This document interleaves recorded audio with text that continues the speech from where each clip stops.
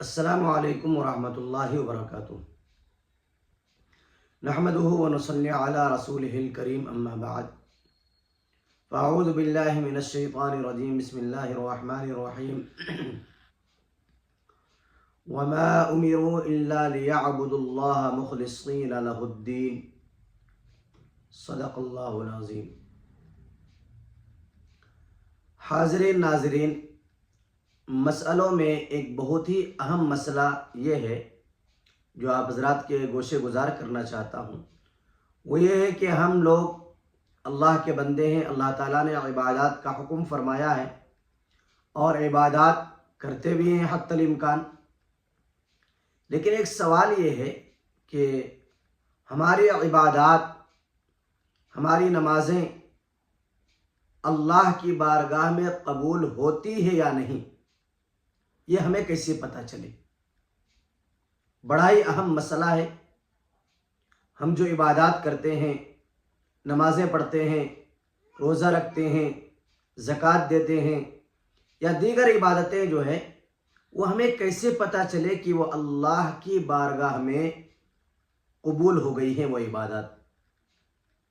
کوئی علامت تو ہونی چاہیے، کوئی نشانی تو ہونی چاہیے، یا پھر کوئی اشارہ ایسا ملنا چاہیے جس سے ہمیں پتہ چلے کہ ہماری عبادت اللہ کی بارگاہ میں قبول ہو چکی ہے۔ بڑا ہی اہم مسئلہ ہے اور اس کو سمجھنا بھی ضروری ہے۔ امید کرتے ہیں کہ سوال سمجھ میں آ گیا ہوگا آپ حضرات کو۔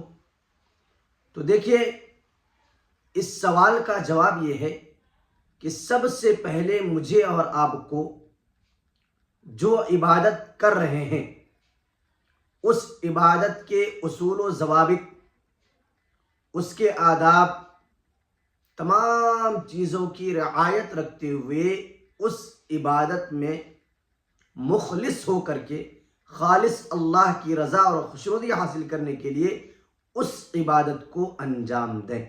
پہلا کام تو یہ کرنا ہے، اور جب پورے اخلاص کے ساتھ، پورے وقار کے ساتھ، تمام چیزوں کی رعایت رکھتے ہوئے، اگر وہ عبادت میں فرائض ہیں، واجبات ہیں، سنن ہیں، تو تمام چیزوں کی رعایت کرتے ہوئے اگر اس عبادت کو انجام آپ دے دیتے ہیں تو اللہ کی ذات سے کامل یقین رکھیں کہ آپ کی عبادت وہ اللہ کی بارگاہ میں ضرور قبول ہوگی۔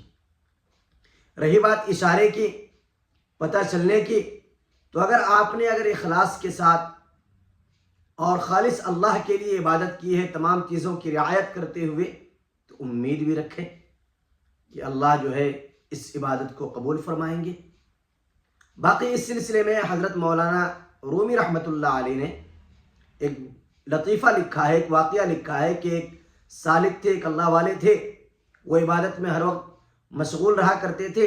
تو شیطان نے ایک مرتبہ ان کو آ کر کے یہی بات ان کے دماغ میں ڈالی کہ تم جو عبادت کر رہے ہو، تم جو ذکر و اذکار کر رہے ہو، یہ اللہ کی بارگاہ میں قبول ہوتے ہیں یا نہیں، تمہیں کیا پتہ؟ تمہیں پتہ ہے تو بتاؤ۔ وہ سالک، وہ اللہ والے کشمکش کے شکار ہو گئے، تذبذب کے شکار ہو گئے کہ بات تو صحیح ہے، ہم عبادت جو کر رہے ہیں وہ اللہ کی بارگاہ میں قبول ہو رہے ہیں، نہیں ہو رہے ہیں، اللہ اسے قبول فرما رہے ہیں یا نہیں فرما رہے ہیں، ہمیں تو پتہ ہی نہیں چلتا۔ تو ان کی باتوں میں آ کر کے وہ ایک دن رات میں عبادت کیے بغیر سو گئے۔ خواب میں کسی نے بتایا کہ کیا ہوا، آج تہجد کے لیے اٹھے نہیں، ذکر میں مصروف نہیں ہوئے، اللہ کی ضرب آج لگائی نہیں؟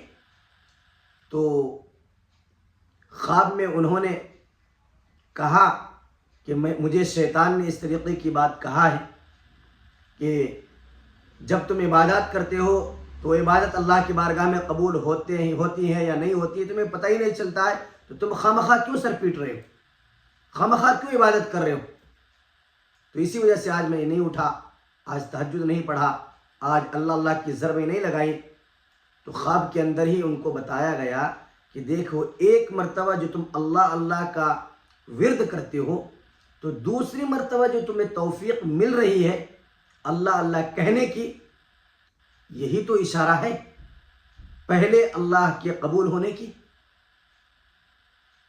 یعنی ان کے کہنے کا مقصد یہ تھا کہ اگر ایک عبادت کر لینے کے بعد دوسری عبادت کی توفیق مل جا رہی ہے تو سمجھو کہ پہلی عبادت اللہ کی بارگاہ میں قبول ہو چکی ہے۔ ایک نماز پڑھ لینے کے بعد دوسری نماز کی توفیق مل جا رہی ہے تو یوں سمجھے کہ پہلی نماز اللہ کی بارگاہ میں وہ قبول ہو چکی۔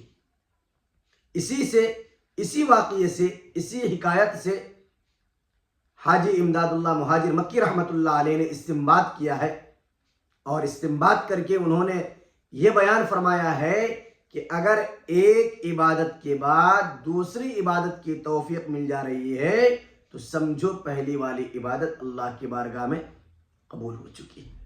تو یہ ایک علامت ہے، یہ ایک نشانی ہے مقبولیت کی، اور ظاہر سی بات ہے، سمجھنے والی بات بھی یہی ہے کہ جب اللہ تبارک و تعالیٰ کسی بندے سے خوش ہوتے ہیں تو اسے دوبارہ توفیق عطا فرماتے ہیں اس نیک کام کے کرنے کی۔ تو اگر آپ بھی اس سلسلے میں غور کریں کہ ایک عبادت کے بعد دوسری عبادت کی اگر توفیق مل رہی ہے تو سمجھ لیں پہلی عبادت اللہ کی بارگاہ میں قبول ہو چکی، اور پوری کوشش کریں کہ اس عبادت کو اس طریقے پہ انجام دے کہ وہ مقبولیت کا درجہ حاصل کر لے، اور وہ عبادت ہمارے لیے دنیا میں بھی اور آخرت میں نجات کا ذریعہ بن جائے۔ اللہ تبارک و تعالیٰ سے دعا فرمائے، اللہ تبارک و تعالیٰ ہم سب کی عبادتوں کو اپنی بارگاہ میں قبول فرمائے، اور عبادات کو ان کے آداب، اصول، ضوابط، تمام چیزوں کو سامنے رکھتے ہوئے، مد نظر رکھتے ہوئے خالص اللہ کی رضا اور خوشنودی حاصل کرنے کے لیے عبادات کو انجام دینے کی اللہ ہم سب کو توفیق عطا فرمائے۔ آمین۔